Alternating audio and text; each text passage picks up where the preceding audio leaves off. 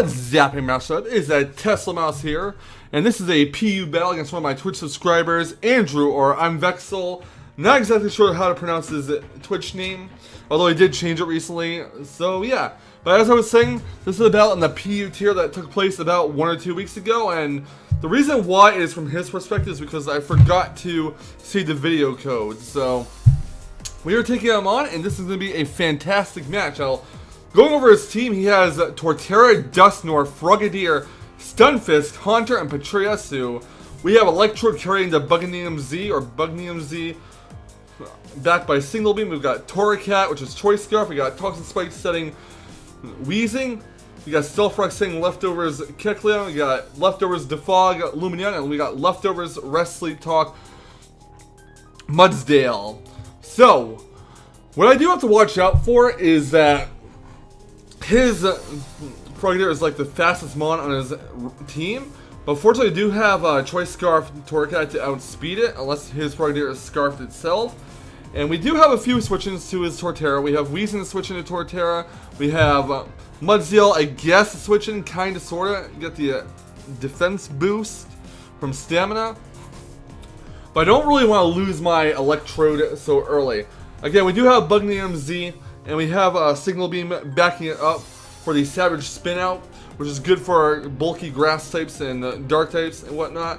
And I believe we are running Hidden Power Grass or Water on this Electrode. I'm not really sure which Hidden Power I had on it, but it's not really relevant in this match. But with that being in mind, guys, let's get right into the match against Andrew. Alright, my opponent's lead off was Torterra, and I'm going to lead off with Boom Boom, the Electrode. Now, I could have went for a Savage Spin out here, but I'm pretty sure that full health Torterra would have lived it, so I didn't want to really risk an Earthquake. Thus, I do switch Boom Boom, the Electrode out, and go right into Pollution, the Wheezing, as my opponent is going to actually set up the Stealth Rocks here, predicting the switch out, which is good on his part. Now, he doesn't really have anything to get rid of the Toxic Spikes, so what I'm going to do is I'm going to set up my Toxic Spikes on him. He's going to go right to Stunfisk here. And that's one layer of Toxic Spikes on his side of the field. Now I'm going to set up a second layer because I know the Haunter cannot get rid of them due to having Levitate. And he's going to go for an Attract on my Wheezing, which means this is a very trolly Stunfisk here. I'm going to try Pollution. I'm going to go right into Trojan Horse, the Mudsdale, in case he goes for like a Discharge or something. I'm going to take some Rock damage and go for Thunder Wave. Unfortunately, my Mudsdale is ground type, so it is immune to it. Now, I'm going to have my Mudsdale go for the EQ, and that's going to do a walloping amount of damage to it, about 70% roughly. And he does go for an Attract on the Mudsdale. At this point, I'm like, you know what? I don't really want to stay in on this thing in case it has like Scald or something. I don't really want my Mudsdale burned.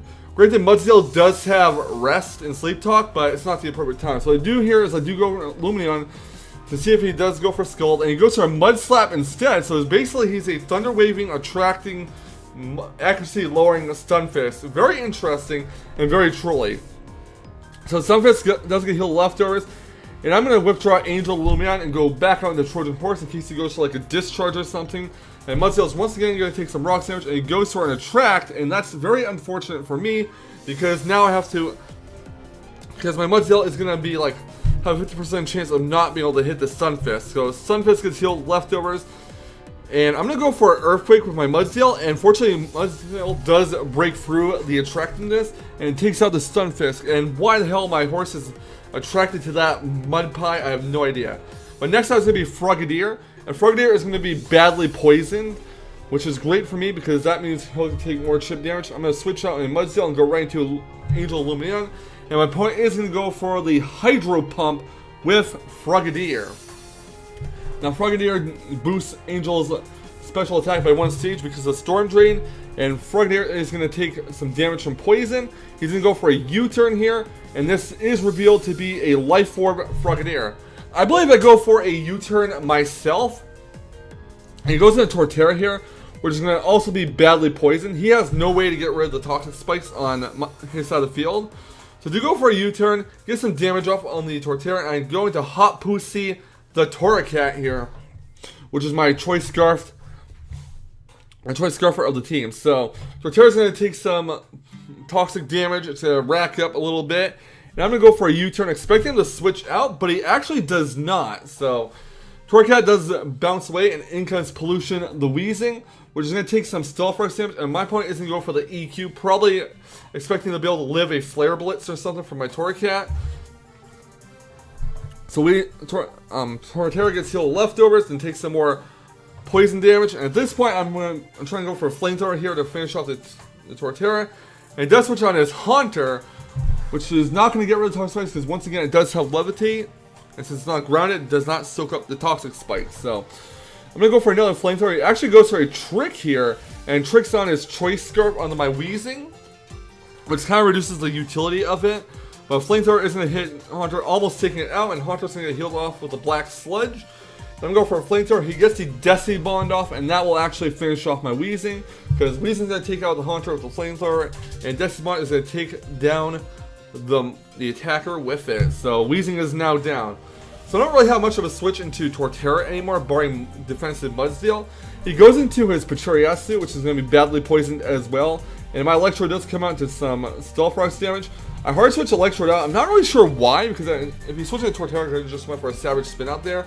But I do go into Trojan Horse, and he goes for a Flail, which does absolutely nothing and increases my Mudsdale's defense by 1 stage. So Mudsdale gets healed with leftovers again, and his Pachiriasu is going to take some poison damage. Going to go for a second Flail, again doing nothing, increasing Mudsdale's defense by another stage, meaning that his defense is at +2, and Earthquake is going to knock out the Pachiriasu. Now, next out is going to come his Frogadier, and it's badly poisoned, of course, but I don't really want my Torterra, or my Mudsdale to faint quite yet, so I'm going to Lumineon here, as my opponent is going to go for the Ice Beam, and it is Protein Frogadier, remember that, so it's going to do a lot of damage on top of Life Orb plus Stab, and my Lumineon gets frozen. It doesn't really matter, because I don't really intend to get rid of the Toxic Spikes and the Stealth Rocks out the field. I have no reason to, because my team isn't really affected that much by the Stealth Rocks. So it goes for a Dark Pulse, and that is going to actually finish off my Lumineon, so that is 2 down on my side. His Frogadier takes some poison damage as well as Life Orb, and I'm going to Hot Pussy the Torracat here. His Frogadier is not Choice Scarf, so barring Water Shuriken, my Torracat should be able to take it out, and I do go for a Leech Life to regain some health. So Torracat gets some HP back, and Frogadier is knocked out. Next out comes Dusknoir. I'm anticipating this thing going for a possible Earthquake, so I'm going to switch my Torracat out.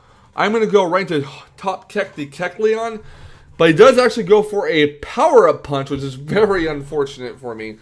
So he does get the Power-Up Punch off, does a lot of damage to my Kecleon, and what I'm going to do here is I'm going to basically go for a Sucker Punch, changing the type into Dark, hoping that it does not go for a Will-O-Wisp. And I do get the Sucker Punch off on it, and it's going to do a little bit of damage to Dusknoir. But the second Power Punch is going to knock out the Kecleon, and that puts Dusknoir at +2 attack. So he gets healed leftovers, he's going to take some poison damage. But now I'm going to send out Trojan Horse, the Mudsdale. His Dusknoir is going to go for a Shadow Sneak at +2. It's not going to do really anything to Mudsdale, as Mudsdale does get a boost in defense. And I do go for Earthquake with it, and that's going to knock out, or almost knock out, the Dusknoir. So Dusknoir gets healed leftovers, and then poison damage is going to rack up on it itself, and that should be the end of the Dusknoir. So Dusknoir is now knocked out. Now I'm not really sure if I would have outsped the Dusknoir. I'm not really up to date on these PU speed tiers. But out comes Torterra, and he's going to go for Wood Hammer, and that's going to actually do a lot of damage to my Mudsdale, boosting my Mudsdale's defense by 1 stage. I'm going to go for the Close Combat here, and that's going to knock out Torterra down to 4 HP.